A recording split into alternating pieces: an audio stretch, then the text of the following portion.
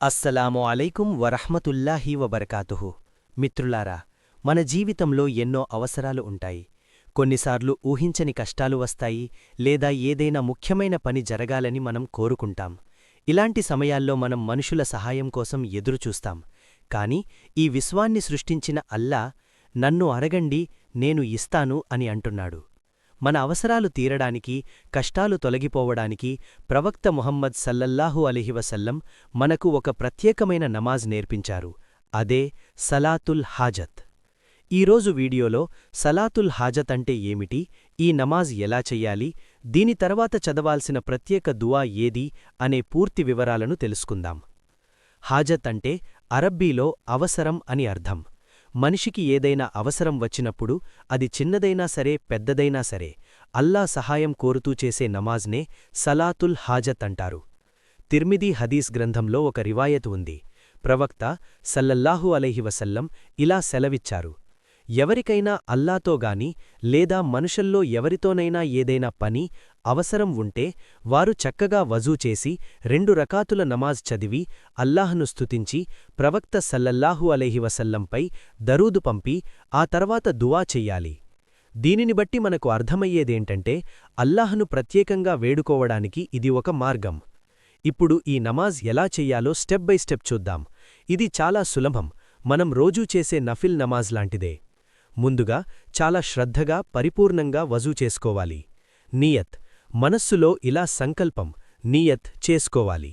యో అల్లా, నా పలానా అవసరం తీరడం కోసం నేను 2 రకాతుల సలాతుల్ హాజత్ నమాజ్ అల్లా కోసం కిబ్లా వైపు ముఖం చేసుకొని చదవబోతున్నాను. 2 రకాతుల నమాజ్ చదవాలి. మొదటి రకాతులో సూరహ్ ఫాతిహ తర్వాత మీకు వచ్చిన ఏదైనా సూరహ్ చదవండి, కాని ఏ సూరహ్ అయినా చదవవచ్చు. రెండో రకాతులో సూరహ్ ఫాతిహ తర్వాత మరొక సూరహ్, ఉదాహరణకు సూరహ్ ఇఖ్లాస్ చదవండి. నమాజ్ పూర్తి చేసిన తర్వాత కిబ్లా వైపు కూర్చని అల్లాహ్ను మనస్ఫూర్తిగా స్తుతించాలి. సుభానల్లాహ్, అల్హమ్దులిల్లా, అల్లాహు అక్బర్ అని. ఆ తర్వాత ప్రవక్త సల్లల్లాహు అలైహి వసల్లంపై దరూద్ షరీఫ్ చదవాలి. ఆ తర్వాత హదీస్లో ప్రస్తావించబడిన ఈ ప్రత్యేక దువాను చదవాలి. స్క్రీన్పై చూడండి. దువా: లా ఇలాహ ఇల్లల్లాహుల్ హలీముల్ కరీం, సుబ్హానల్లాహి రబ్బిల్ అర్షిల్ అజీం, అల్హమ్దులిల్లాహి రబ్బిల్ ఆలమీన్, అస్అలుక మూజిబాతి రహ్మతిక వ అజాయిమ మఖ్ఫిరతిక వల్ గనీమత మిన్ కుల్లి బిర్ వస్సలామత మిన్ కుల్లి ఇస్మ్, లా తద లీ జన్బన్ ఇల్లా గఫర్తహు వలా హమ్మన్ ఇల్లా ఫర్రజతహు వలా హాజతన్ హియలక రిదన్ ఇల్లా కదైతహా యా అర్హమర్ రాహిమీన్. దీని అర్థం, అల్లాహ్ తప్ప వేరే ఆరాధ్య దైవం లేదు. ఆయన ఎంతో సహనశీలుడు, కారుణ్యమూర్తి. అల్లాహ్ పవిత్రుడు, ఆయన గొప్ప సింహాసనానికి, అర్ష్కు ప్రభువు. సర్వస్తోత్రాలు లోకాల ప్రభువైన అల్లాహ్కే చెందుతాయి. యో అల్లా, నేను నీ కారుణ్యాన్ని, నీ క్షమాపణను అర్థిస్తున్నాను. ప్రతి మంచిని పొందే భాగ్యాన్ని, ప్రతి పాపం నుండి రక్షణను కోరుకుంటున్నాను. నా పాపాలన్నింటినీ క్షమించు, నా చింతలను తొలగించు, నీకు ఇష్టమైన నా ప్రతి అవసరాన్ని నెరవేర్చు. యో అత్యంత కరుణామయుడా. మిత్రులారా, ఈ దువా చదివిన తర్వాత మీ సమస్యను అల్లాహ్కు చెప్పుకొని కన్నీళ్లతో దువా చెయ్యండి. గుర్తుంచుకోండి, నమాజ్ చెయ్యడం ఎంత ముఖ్యమో అల్లా నా మొర ఆలకిస్తాడు అనే నమ్మకం, యకీన్ కూడా అంతే ముఖ్యం. ఒక్కసారి చేస్తే అవ్వలేదు అని నిరాశపడకుండా మీ పని అయ్యే వరకు ఈ నమాజ్ చేస్తూనే ఉండండి. అల్లాహ్ తప్పక మార్గం చూపిస్తాడు. మీకు ఈ వీడియో నచ్చితే లైక్ చేయండి. అవసరమున్న మీ మిత్రులకు, కుటుంబ సభ్యులకు షేర్ చేయండి. ఇలాంటి మరిన్ని ఇస్లామిక్ వీడియోల కోసం మన ఛానల్ తెలుగు ఇస్లామిక్ విజ్డమ్ను సబ్స్క్రైబ్ చేసుకోండి. మరో మంచి వీడియోతో మళ్ళీ కలుద్దాం. అస్సలాము అలైకుం వరహ్మతుల్లాహి వబరకాతుహు. ఇప్పుడు 2 రకాతుల నఫిల్ నమాజ్ ఎలా చెయ్యాలో చూడండి. నియత్: యో అల్లా, నా పలానా అవసరం తీరడం కోసం నేను 2 రకాతుల సలాతుల్ హాజత్ నఫిల్ నమాజ్ అల్లా కోసం కిబ్లా వైపు ముఖం చేసుకుని చదవబోతున్నాను. అల్లాహు అక్బర్. సుబ్హానకల్లాహుమ్మ వ బిహమ్దిక వ తబారక ఇస్ముక వ తఆలా జద్దుక వ లా ఇలాహ గైరుక. అఊజు బిల్లాహి మినష్ షైతానిర్ రజీం. بسم الله الرحمن الرحيم الحمد لله رب العالمين الرحمن الرحيم مالك يوم الدين إياك نعبد وإياك نستعين اهدنا الصراط المستقيم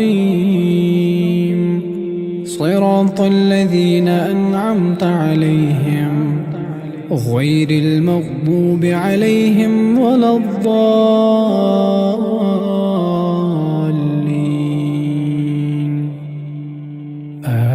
آمين بسم الله الرحمن الرحيم والعصر إن الإنسان لفي خسر إلا الذين آمنوا وعملوا الصالحات وتواصوا بالحق وتواصوا بالصبر الله أكبر 3 సార్లు చదవాలి. سبحان ربي العظيم سبحان ربي العظيم سبحان ربي العظيم سمع الله لمن حمده ربنا ولك الحمد الله أكبر 3 సార్లు చదవాలి. سبحان ربي الأعلى سبحان ربي الأعلى سبحان ربي الأعلى الله أكبر الله أكبر 3 సార్లు చదవాలి.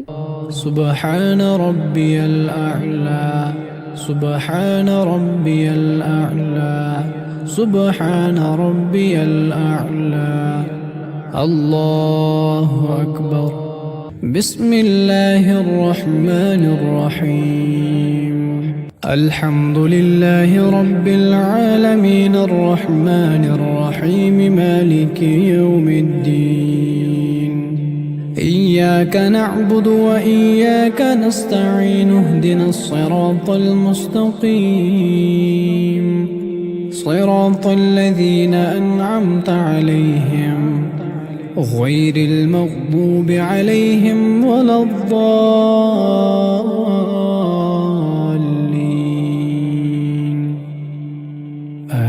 آمين بسم الله الرحمن الرحيم إنا أعطيناك الكوثر فصل لربك وانحر إن شانئك هو الأبتر الله أكبر 3 సార్లు చదవాలి. سبحان ربي العظيم سبحان ربي العظيم سبحان ربي العظيم سمع الله لمن حمده ربنا ولك الحمد الله أكبر سبحان ربي الأعلى سبحان ربي الأعلى سبحان ربي الأعلى الله أكبر الله أكبر سبحان ربي الأعلى سبحان ربي الأعلى سبحان ربي الأعلى الله أكبر تشهد التحيات لله والصلوات والطيبات السلام عليك أيها النبي ورحمة الله وبركاته السلام علينا وعلى عباد الله الصالحين أشهد أن لا إله إلا الله وأشهد أن محمدا عبده ورسوله درود اللهم صل على محمد وعلى آل محمد كما صليت على إبراهيم وعلى آل إبراهيم إنك حميد مجيد اللهم بارك على محمد وعلى آل محمد محمد كما باركت على إبراهيم وعلى آل إبراهيم إنك حميد مجيد. دعاء. اللهم إني ظلمت نفسي ظلما كثيرا ولا يغفر الذنوب إلا